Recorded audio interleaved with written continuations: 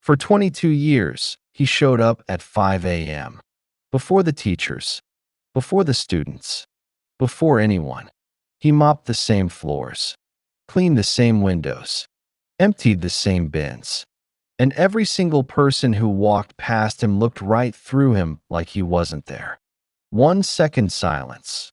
But after the last bell rang and the building emptied out, he was doing something in that school that nobody knew about. Not one person knew. For 17 years. There are people in this world who do extraordinary things in ordinary clothes, who carry enormous hearts behind tired eyes, who change lives quietly and then go home on the bus and make themselves a simple dinner and ask for nothing back. This is the story of one of them. His name was Edmund, 65 years old, school janitor at Harlow Elementary for 22 years. He arrived before sunrise every morning. Dark blue uniform, same worn boots.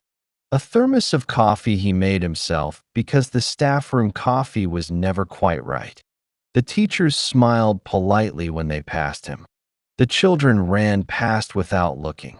The principal knew his name, but not much else. He was the man who kept everything clean. That was how they thought of him. That was all. But there was a room in that school that Edmund unlocked every day after the last child went home. Not a classroom, not a supply closet. Room 7B, a small forgotten storage room at the end of the east corridor that nobody had used in years. Edmund had asked the principal for permission to use it back in 2006. For storage, he had said. The principal had said yes without looking up from his desk. He had no idea what Edmund was storing there. Inside room 7B there were no mops, no cleaning supplies. There were books, hundreds of them, organized carefully by reading level, labeled in Edmund's careful handwriting. There was a small table, 2 chairs, a lamp Edmund had brought from home, and on the wall, a list of names. 41 names. Every one of them a child from that school who had been falling behind, who had been slipping through every official crack in every official system, who nobody else had time for. It had started in 2006 with one boy named Marcus.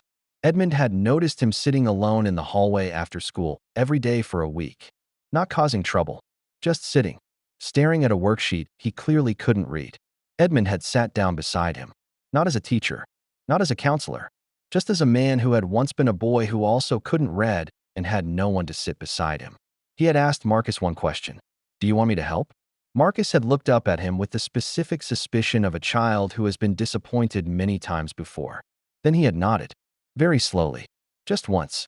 And that was how it began. Before we continue, if you believe the quietest people sometimes carry the biggest hearts, subscribe to the Human Files right now. Every story we tell almost went untold. Words spread the way things do among children who have nothing. Quietly, carefully, one whispered name at a time. Edmund never advertised. He never told the teachers. He never asked for recognition or resources or even a better chair. He just kept showing up. Every afternoon, every week, every year, mopping floors until 3 p.m., then walking to room 7B, then sitting across from whoever needed to be sat across from that day. Sometimes they worked on reading, sometimes on math, sometimes they just talked about hard things, about home, about feeling invisible. Edmund understood invisible. In 22 years, he never missed a single afternoon session. Not when he was sick. Not when his wife passed away in the winter of 2014, and he came back 3 days later because there were children waiting. Not once. The list on the wall grew from 1 name to 41.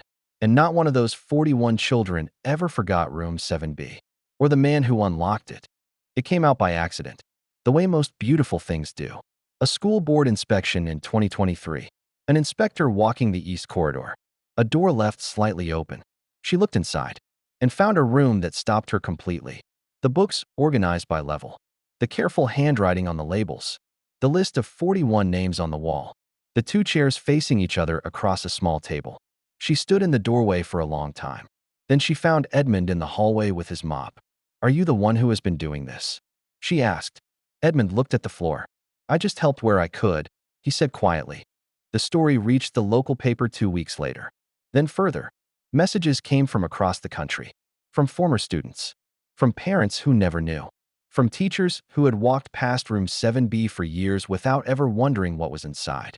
But the message that mattered most arrived handwritten. From Marcus, now 28 years old, a primary school teacher himself. It said, "You sat down next to me in that hallway when nobody else did. I became a teacher because of what I found in room 7B. I teach the children nobody else has time for. I learned that from you." Edmund read it 4 times. Then he folded it carefully and put it in his breast pocket. He went back to mopping the floor. He retired 3 months later. On his last day, he unlocked room 7B one final time. He left the books on the shelves. He left the lamp on the table. He left the list of 41 names on the wall. He wanted whoever came next to know that this room had been used, that it had mattered, that the children who sat in those 2 chairs had been worth sitting with. He turned off the lamp, locked the door, and walked out the same way he had walked in for 22 years. Quietly, without asking anyone to notice. This is the Human Files. Stories that almost went untold. People who almost went unseen. Subscribe, share, and tell us in the comments. Was there someone in your life who helped you quietly and never asked for anything back?